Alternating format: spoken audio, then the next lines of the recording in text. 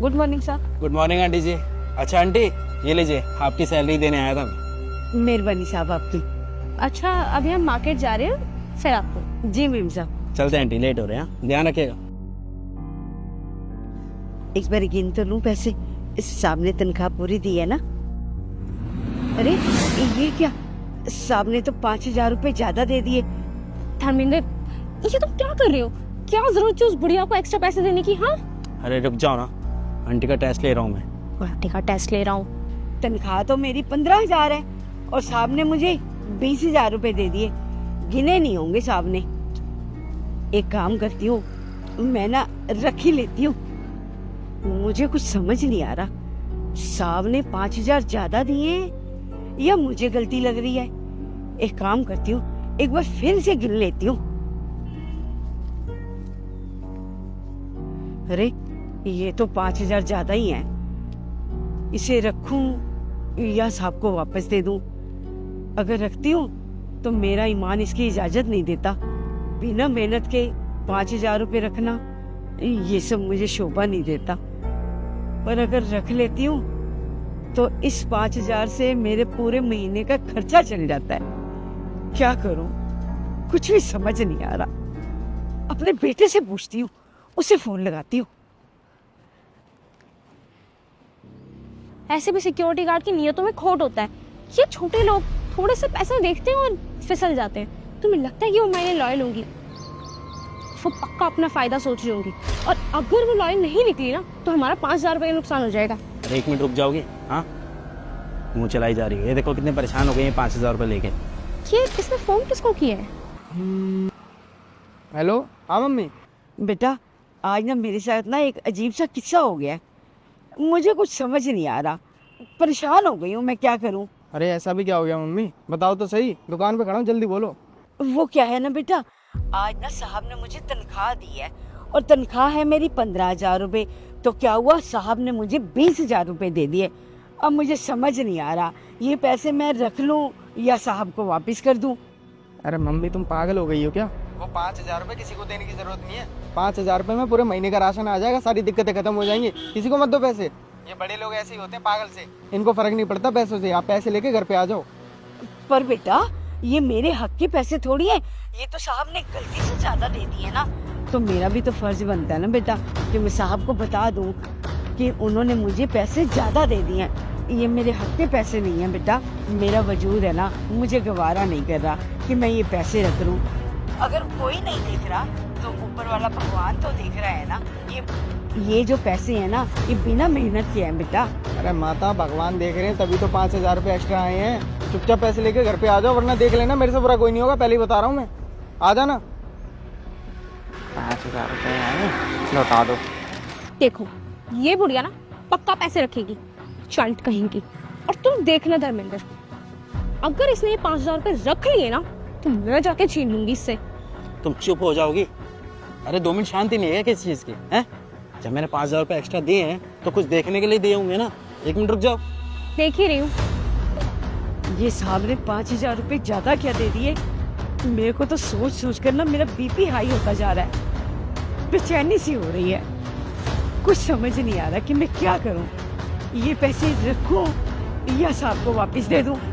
चलो, काम हो गया अपना, अब चलते हैं जरा। अगर पैसे नहीं मिल रहे ना तो मैं बताऊँ। अरे हाँ ना। आंटी जी। जी साहब। क्या हुआ, बड़ी परेशान लग रही हैं आप? नहीं नहीं साहब, ऐसी कोई बात नहीं। अरे कुछ कहना चाहती हो आंटी, बताइए ना। नहीं नहीं साहब, मैम साहब मैं कुछ नहीं कहना चाहती। आपको देख के ऐसा लग तो रहा है कुछ कहना चाहती हो। अगर कुछ मन में है तो बोल दो। साहब वो क्या है ना, अभी आप मुझे मेरी तनख्वाह दे के गए हैं ना।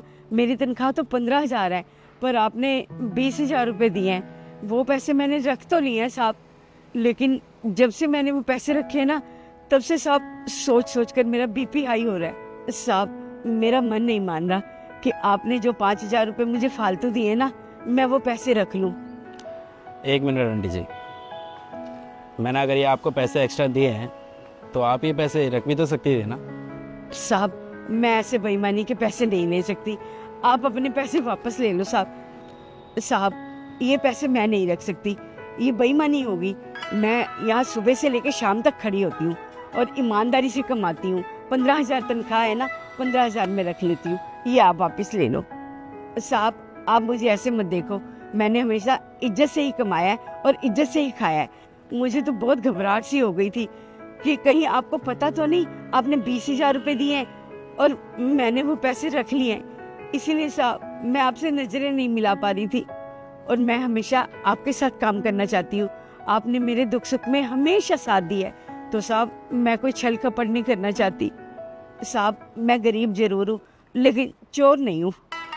और साहब मैं कभी भी आपसे नजरें चुराना नहीं चाहती, मैं हमेशा आपसे नजरें मिलाकर बात करना चाहती हूँ, इसीलिए ये पैसे आपको दे रही हूँ। आंटी पहले शांत हो जाइए, इतना घबराने की ज़रूरत नहीं है। और आपको क्या लगता है कि मैंने गलती से ये पैसे दिए हैं? नहीं, मुझे पहले ही पता था। मैंने जानबूझकर आपको 15,000 की जगह 20,000 रुपये दिए हैं और इसके पीछे भी एक कारण है। दरअसल आंटी मैं और सारा ना 1 महीने के लिए अब्रॉड जा रहे हैं, तो हम बड़े परेशान थे कि हम ऐसे घर छोड़ के कैसे चले जाएं। और आपको तो पता ही है ना घरों में कितना कीमती सामान होता है, तो बस सारा के मन में एक थोड़ी सी दिक्कत थी। धर्मेंद्र, तुम्हें नहीं लगता कि हम दोनों 1 महीने के लिए अब्रॉड जा रहे हैं एंड हम अपना घर और इस घर की सिक्योरिटी आंटी को देंगे? तुम्हें आंटी पर डाउट नहीं है? सारा ये क्या बकवास कर रही है तुम? हाँ, अरे 5 साल हो गए आंटी को हमारे यहाँ पे काम करते हुए और आज तक उन्होंने कोई चोरी चकारी नहीं करी है, वफादारी से काम किया है। दाई कभी सैलरी बढ़ाने के लिए भी कहा है, वो तो बहुत मासूम सी है बेचारी, और तुम ऐसी बातें कर रही हो। देखो धर्मेंद्र, आई नो कि उन्होंने सैलरी की कभी बात नहीं की हमसे, लेकिन हम ऐसे किसी पे ब्लाइंडली ट्रस्ट तो नहीं कर सकते ना। यार देखो, ये बकवास करने की ज़रूरत नहीं है। आंटी ना पूरे 5 साल से काम कर रही है हमारे यहाँ पे, और तुम खुद देखो, तुम कई बार ऑफिस के लिए निकलती हो लेकिन मेन गेट पे लॉक लगाना ही भूल जाती हो। वो खुद कॉल करके बताती है ना कि मैम साहब आपने लॉक नहीं किया दरवाज़ा। हाँ, तो फिर ऐसे शक कैसे कर सकते हैं हम किसी के ऊपर? सो व्हाट धर्मेंद्र, कभी हमने उनके हाथ में अपना 1 महीने के लिए घर भी नहीं दिया। अब हम अब्रॉड जा रहे हैं, अब हमारा पूरा घर उन पर डिपेंड रहेगा।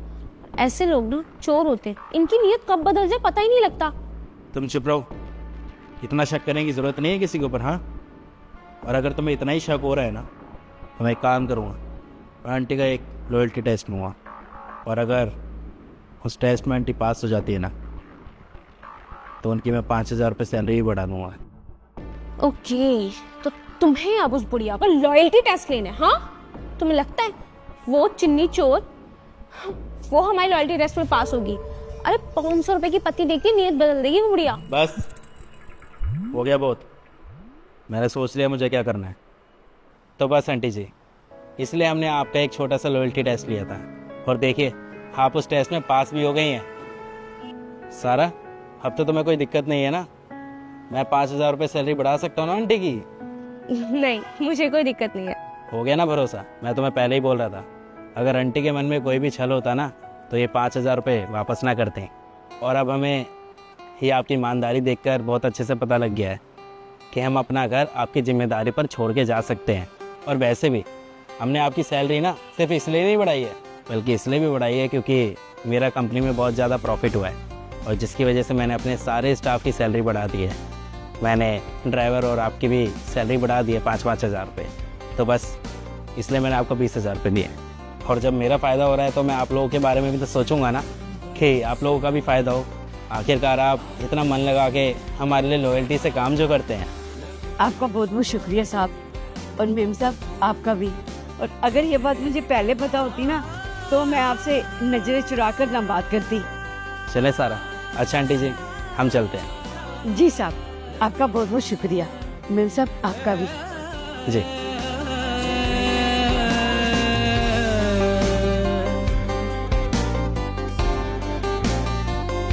तू खामखा क्यों बिसरी, ज़बां हो जैसे मिस्री, छुए तो फिर पा